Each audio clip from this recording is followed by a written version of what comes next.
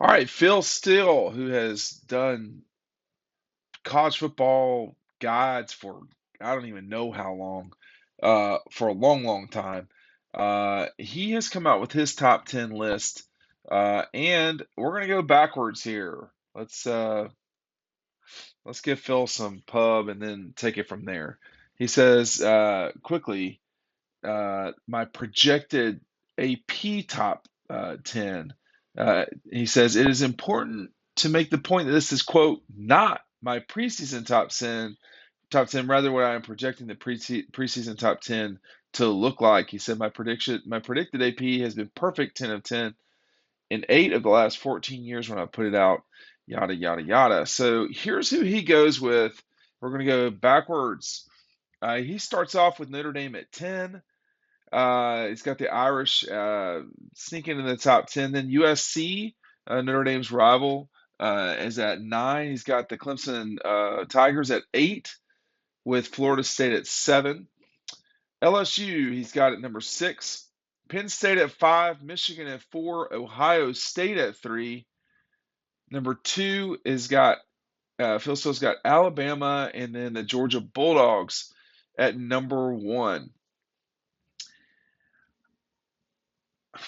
I don't totally mind this list, okay? And it's that time of year. I was texting with some people earlier today about, lists and all this stuff, and it's that time of year. But this is what he thinks the preseason top 10 will look like for the AP, and that's the media poll. I'm not sure I totally disagree with him on that front. I think that some of these folks will be the familiar names. My suspicion is that Tennessee will be ranked in the top 10. I think that there's a lot of flaws with a lot of these teams, um, but I think Tennessee has fewer flaws that you could noticeably see than some of these teams. I think that, look, let's start with Georgia, okay? I think that you're going to see Georgia as the number one coming into the season. They've not been number one coming into the season since 2008, okay? So that's been some time now. A lot of people chose to get angry about Georgia or just sort of pointed out that it was odd that Georgia would not return as the number one team in the country coming into 22. But let's keep in mind that we had it beaten into our head, excuse me, just how good that Ohio State and Alabama were supposed to be. Ohio State was pretty good, but as it turns out, I think that you know we may have missed it on Alabama just a little bit. When you look at the preseason, I think Oregon could be a top 10 team. I think that Florida State, obviously, he's already got them in there. Washington is going to get a lot of love coming into this thing. I think that LSU, I like LSU a lot from this point forward. Um, but I think that Tennessee, who wound up sixth this past year in the AP top 10, I think him not having them in there, not having Washington in there, those are the two that I think would probably knock out Clemson.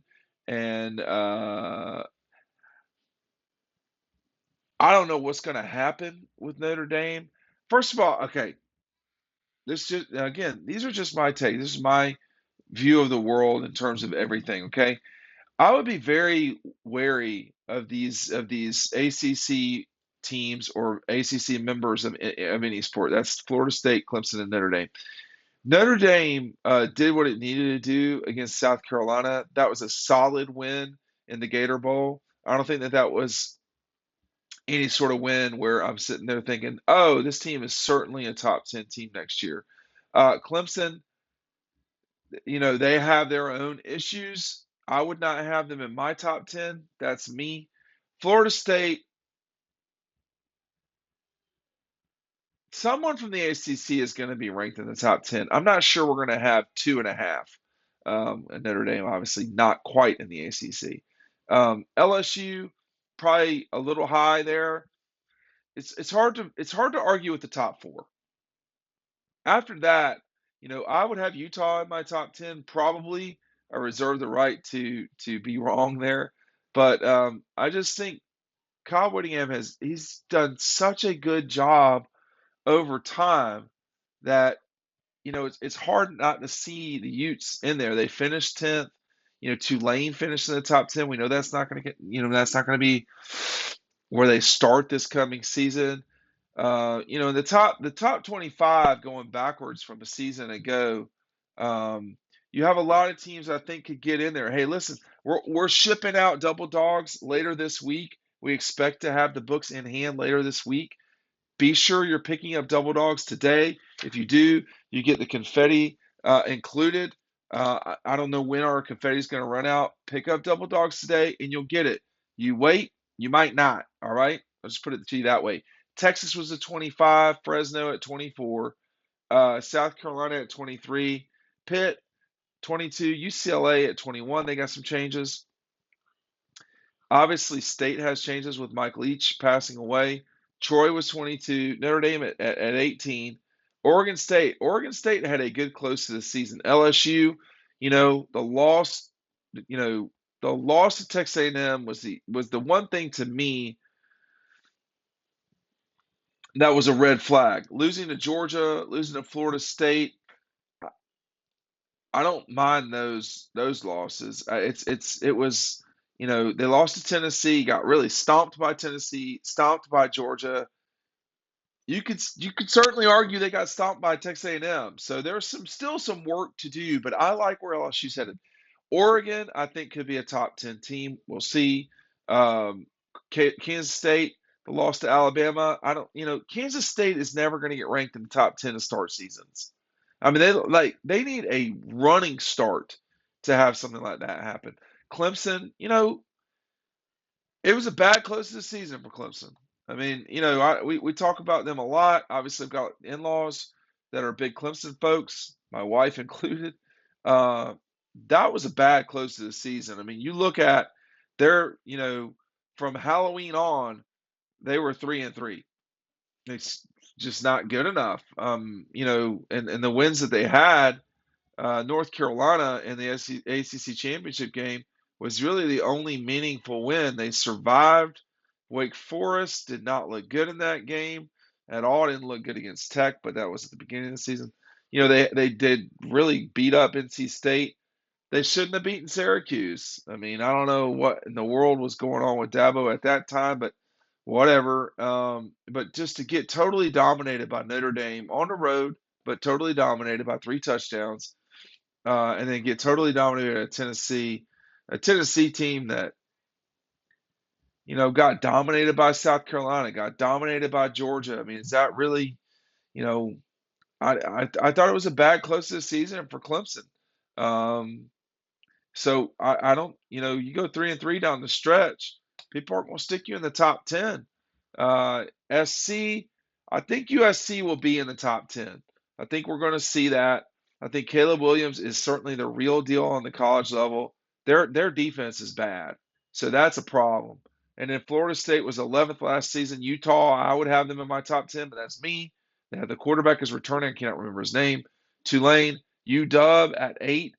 Penn State, look, Penn State's got all the right answers except the head coach. And, James Franklin, he just, the guy's a fraud. I mean, to me, and I've been around the block enough to know um, he's just not good. And he just goes sideways half the time. So it's great, has good on paper, but, got their ass whipped by Michigan. Damn. 41-17, really solidly got beat by Ohio State after competing in that game. Other than that, I mean, I don't really, the win over Utah is the best win. That was a great win for Penn State, James Franklin. Everybody else that they beat was not ranked.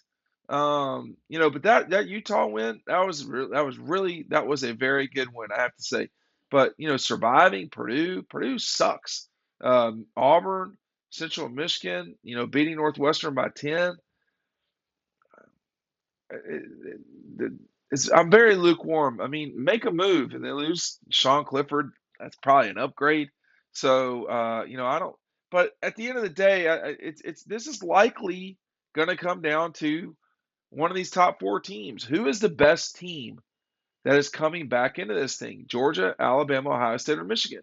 Michigan and Ohio State both. I mean, they got something to prove, right? I mean, everybody not named Georgia coming into this season has got something to prove. And quite frankly, Georgia's situation is that, you know, the questions are, can you do it again? You know, the answer is yes, but I'm not, at some stage you're human. So, but I think those are the best four programs in college football right now. Well, I just don't know, y'all. It's going to be hard to take Georgia out.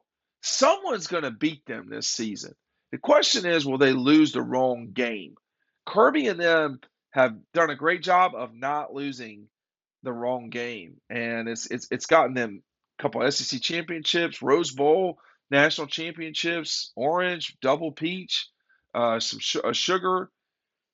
So if they lose at Tennessee, it might be that Tennessee already has too many losses, and we'll just see. But I don't mind. I mean, I see what Phil Steele's doing here. I get it. I don't know that the back end of this thing is going to be ranked. That's kind of my question. That's where the weakness looks like to me.